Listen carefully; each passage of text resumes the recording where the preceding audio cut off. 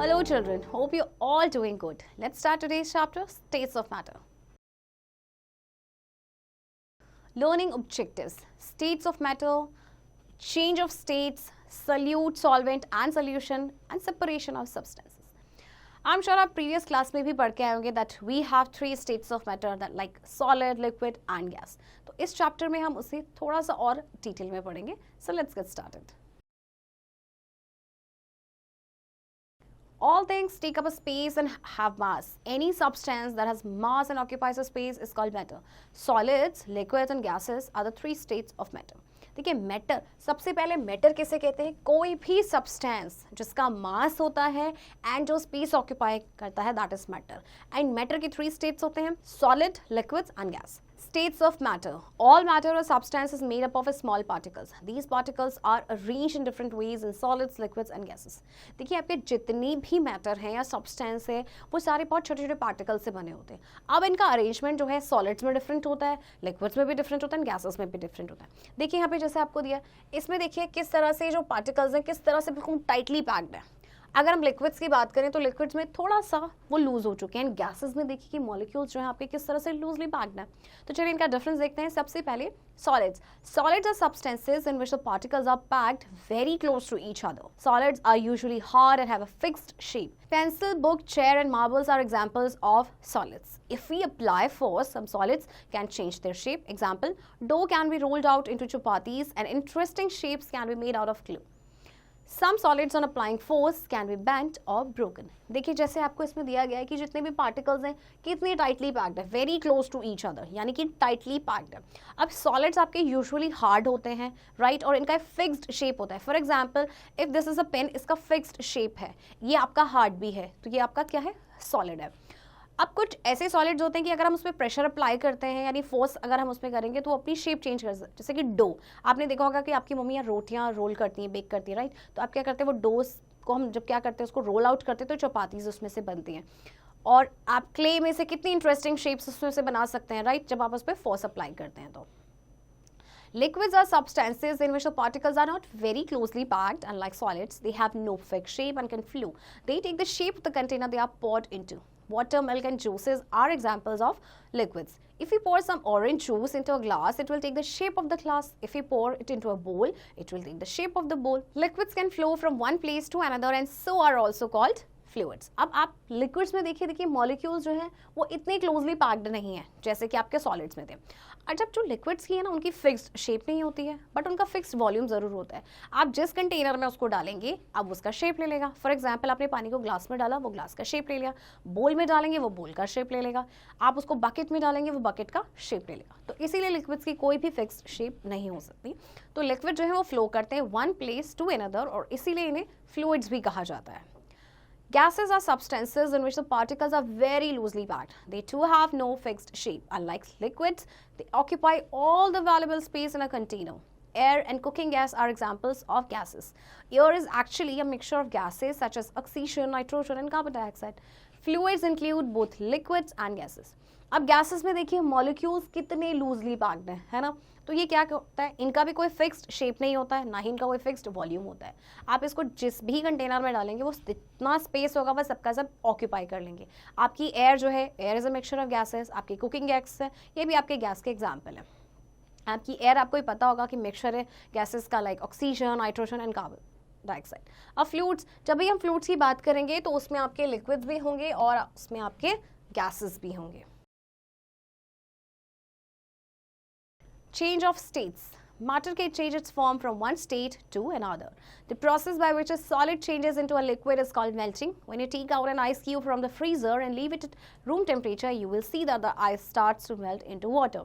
The process by which a liquid changes into a gas is called vaporization. Vaporization can happen by evaporation and boiling. अब देखिए matter जो है अपनी state को change कर सकते हैं, वो एक स्टेट से दूसरे में चेंज हो सकते हैं. यानी कि सॉलिड से लिक्विड में चेंज हो सकते हैं, लिक्विड से गैस में चेंज हो सकते हैं. कैसे होते हैं, सबसे पहले सॉलिड को अगर लिक्विड में चेंज करना है तो उस प्रोसेस को कहते हैं मेल्टिंग. आप आइस क्यूब रख दीजिए फ्रीजर से बाहर निकाल के रूम टेम्परेचर पे, थोड़ी देर के बाद आप देखेंगे कि वो पानी में चेंज हो जाएगा क्योंकि वो मेल्ट हो चुके हैं. इसी तरह से लिक्विड जो है जिस प्रोसेस से लिक्विड गैस में चेंज होता है that process is called vaporisation. And vaporisation होता है आपका इवेपोरेशन से या फिर बॉइलिंग से. The process by which a gas changes into a liquid on cooling is called condensation. When you hold a cold steel plate over a pot of boiling water, you will see tiny drops of water condensing on the tray. अब देखिए आपकी जो gas है जब वो liquid में change हो जाती है तो that process is called condensation, and condensation हमेशा कूलिंग पे होता है. कभी भी आप देखिए अगर पानी गर्म हो रहा है या आपका दूध गर्म हो रहा है किसी भी पतीले में या किसी भी कंटेनर में, आप उसके ऊपर प्लेट रख दीजिए और प्लेट को जैसे आप हटाएंगे तो उसमें आप देखेंगे छोटे छोटे जो है ड्रॉपलेट्स होंगे जो कि कंडेंस हो जाते हैं. The process by which a liquid changes into a solid on cooling is called solidification.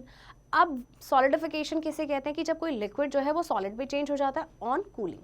Freezing of water into ice is a form of solidification. If you fill water in an ice tray and keep it in the fridge, you will see that after some time the water turns into ice. अब water आपका जो freezing है water का ice में कैसे होता है, ये आपका solidification का ही एक form है. आप क्या करते हैं, ice tray को पानी की आइस ट्रे में पानी डालते हैं, देन उसको फ्रीजर में डाल दें और कुछ टाइम के बाद वो आइस में टर्न हो जाता है. Solute, solvent and solution. A solution is found when two or more substances mix together such that they are evenly distributed. आपका सोल्यूशन का मतलब क्या होता है कि एक दो या दो से ज़्यादा जो सब्सटेंस होते हैं वो आपस में मिक्स हो जाते हैं और वो इवनली डिस्ट्रीब्यूटेड रहते हैं. The substance that dissolves is called the solute. The substance in which the solute dissolves is called the solvent. A solute and solvent together form a solution. देखिए जो substance आपका dissolve होता है that is called solute. जिसमें आप dissolve करते हैं that is called solvent. And solute और solvent मिलके बनाते हैं solution. That means solute plus solvent is equals to solution. जैसे कि आपका क्या होता है, if we add salt to water, the water turns salty. In the same way, we can add sugar to warm milk and observe what happens. You will see that in both the cases, the salt and the sugar mix with the liquid and dissolve in it. Here, salt and sugar are the solutes, water and milk are the solvents, and salty water and the sweet milk are solution. देखिए आप पानी में आपने salt add किया होगा तो कैसा हो जाता है, वो सॉल्टी हो जाता है, राइट. आप दूध में चीनी मिलाते हैं तो वो कैसा हो जाता है, स्वीट हो जाता है. तो इन दोनों केसेस में आपके जैसे सॉल्ट आपने डिसॉल्व किया या शुगर जो आपने मिक्स किया लिक्विड में वो आपके क्या है, सॉल्यूट हैं, राइट. एंड आपका वाटर या मिल्क आपके सॉल्वेंट्स हैं और सॉल्टी वाटर जो बना या स्वीट मिल्क जो बना वो आपका सोल्यूशन है. तो ये इस तरह से देखिए कि solute plus solvent is equals to solution. Separation of substances. There are two kinds of substances, soluble and insoluble. Soluble substances are those substances that dissolve completely in a solvent to form a solution. For example, salt and sugar are soluble in water. Insoluble substances are those substances that do not dissolve completely in a solvent. For example, sand and chalk are insoluble in water.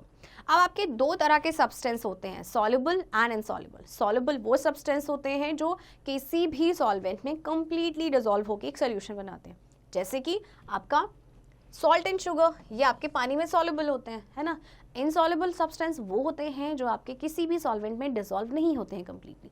For example sand and chalk. आप इन्हें water में dissolve करेंगे ना, नहीं dissolve होंगे. There are many ways in which we can separate substances from a solution. Soluble substances can be separated by heating the solution. For example, salt can be separated from the salt solution by heating the salt solution. Water evaporates on heating and the salt particles are left behind. Insoluble substances can be separated from a solution by the process of filtration and sedimentation and decantation. अब देखिए आपके जो soluble and insoluble substances हैं, हम इनको क्या कर सकते हैं, सेपरेट कर सकते हैं. तो सॉल्युबल सब्सटेंसेस को सेपरेट कैसे करेंगे, जैसे कि आपका हीट, हमने सॉल्ट सोल्यूशन ले लिया, आप उसे हीट करेंगे तो पानी आपका इवेपोरेट हो जाएगा और आपका रह जाएगा सिर्फ सॉल्ट. और आपके जो इनसॉल्युबल सब्सटेंसेस हैं उनको सेपरेट करने का तरीका है filtration, sedimentation and decantation. In filtration, a solution containing insoluble substance is passed through a filter paper. On doing so, the liquid passes through the filter paper while the insoluble substance gets retained on the filter paper. For example, sand and water can be separated by filtration. Filtration देखिए method में filter paper का use किया जाता है. आपका जो insoluble substance होता है वो आपका फिल्टर पेपर पे रह जाता है एंड आपका पानी नीचे फिल्टर आउट हो जाता है. जैसे आपका सैंड एंड वाटर है उसको हम फिल्टरेशन के मेथड से फिल्टर कर सकते हैं. An example of filtration used at homes is the separation of tea leaves from tea using a strainer. अब घर में चाय जैसे हम छानते हैं, स्ट्रेनर का यूज़ करते हैं, तो वो भी एक तरह का एग्जाम्पल है आपका सेपरेशन का, जिसमें टी लीव्स आपके अलग हो जाते हैं एंड आपका चाय कप में आ जाता है. During sedimentation, the liquid is left undisturbed for some time. The heavy insoluble solids settle down at the bottom. This process in which insoluble substances settle down is called sedimentation. Then the upper clear liquid is poured into another container without disturbing the insoluble solids. This process is called decantation. Mud and water can be separated by sedimentation and decantation. तो देखिए sedimentation के process के दौरान क्या करते हैं, जो liquid है उसको undisturbed छोड़ देते हैं कुछ time के लिए. तो जितने भी heavy insoluble particles होते हैं, solids होते हैं, वो नीचे settle down हो जाते हैं. अब इसमें क्या होते हैं, इस process में जो insoluble substance है नीचे settle down होते हैं, that is called sedimentation. And इसके बाद क्या करते हैं कि जो आपका जो क्लियर वाटर होता है उसको हम पोर करते हैं दूसरे बर्तन में, तो दैट इज कॉल्ड डिकेंटेशन. जैसे आपका मड एंड वाटर है, इसको हम इन दो प्रोसेस से अलग कर सकते हैं. Summary: matter is made up of small particles. Matter exists in three states: solid, liquid and gas. Matter can change from one state to another. A solution is formed when two or more substances mix together such that they are evenly distributed. Soluble substances can be separated from a solution by evaporation. Insoluble substances can be separated from a solution by filtration and sedimentation and decantation. Matter आपके small particles से बने हैं and matters exist in three states: solid, liquid and gas.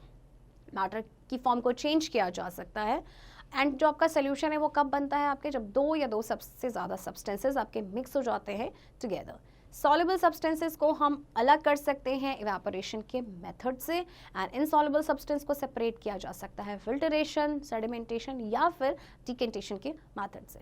Children, I hope आपको ये chapter समझ आया होगा and इस chapter की practice अब आप खुद से करेंगे.